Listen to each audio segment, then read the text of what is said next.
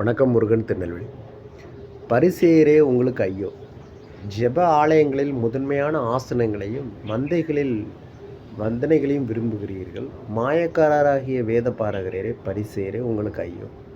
மறைந்திருக்கிற பிரேத குழிகளைப் போல் இருக்கிறீர்கள். அவைகள் மேல் நடக்கிற மனுஷனுக்கு அவைகள் தெரியாதிருக்கிறது என்றார். இப்படி ஒரு வேத பகுதி. இயேசு இந்த பூமியில் வரும்பொழுது இந்த பரிசேயரை குறித்து தான் நிறைய கிரிட்டிசைஸ் பண்ணுவார், கிண்டல் பண்ணுவார். அவங்களுக்கு ஒரு விஷயத்தை எடுத்து சொல்லணுன்றதுக்காக அப்படி சொல்லுவார். ஆனால் அதை அவங்க புரிந்துக்கக்கூடிய மனநிலையிலே இல்லாமல் போயிட்டாங்க. அவங்க புரிந்துக்கலான்னு பரவாயில்ல, நீங்கள் புரிஞ்சுக்கொள்ளணும் அப்படின்றது தான் விஷயம். என்ன சொல்கிறாங்கன்னா, சர்ச்சுக்கு போகும்பொழுது உங்களை கனம் பண்ணணும் அப்படி.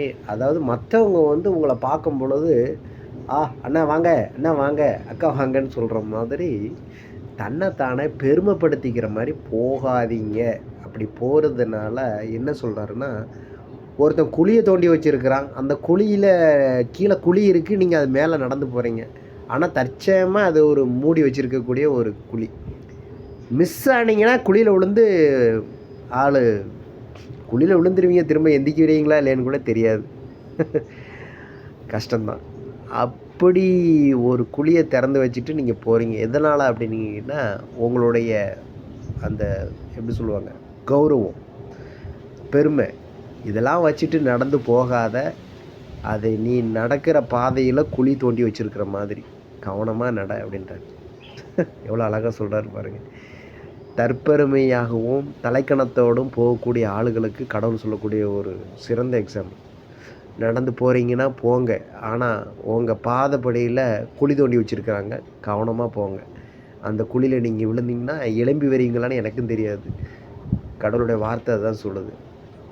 அதில் குழி தோண்டி வச்சுருக்காங்க. அதனால் நீங்கள் மனுஷன் பெருமையாக நினைக்கணும் உங்களை அப்படின்றத நினச்சி அப்படி போகாதீங்க. கடவுளுக்கு பிரியமான பிள்ளையாக நீங்கள் நடந்து போங்க. மனுஷன் நம்மளை கௌரவமாக நினைக்கணும், மனுஷன் நம்மளை பெருமையாக நினைக்கணும், பெரிய ஆள் நினைக்கணும், எல்லோரும் நம்மளுக்கு கனம் பண்ணணும், மரியாதை கொடுக்கணும் அப்படின்னு நினச்சி போனீங்க அப்படின்னா விழுந்தீங்கன்னா திரும்பி எந்திக்க முடியாது. அதனால் அந்த தலைக்கணத்தெல்லாம் ஓரங்கட்டி வச்சுட்டு உங்களுக்கு மேலே ஒருத்தர் தலை இருக்கிறாரு, அவர் அதை கனம் பண்ணுறதுக்காக போங்க. அப்படி ஒரு கனத்தோடு போங்க. உங்கள் பாதைகளெல்லாம் அவர் பாதுகாத்துக்குவார். ஓகே. அதனால் உங்களுடைய பணிவான குணமே எல்லா மனுஷனுக்கும் தெரிந்திருக்கட்டும். ஓகே. God bless you.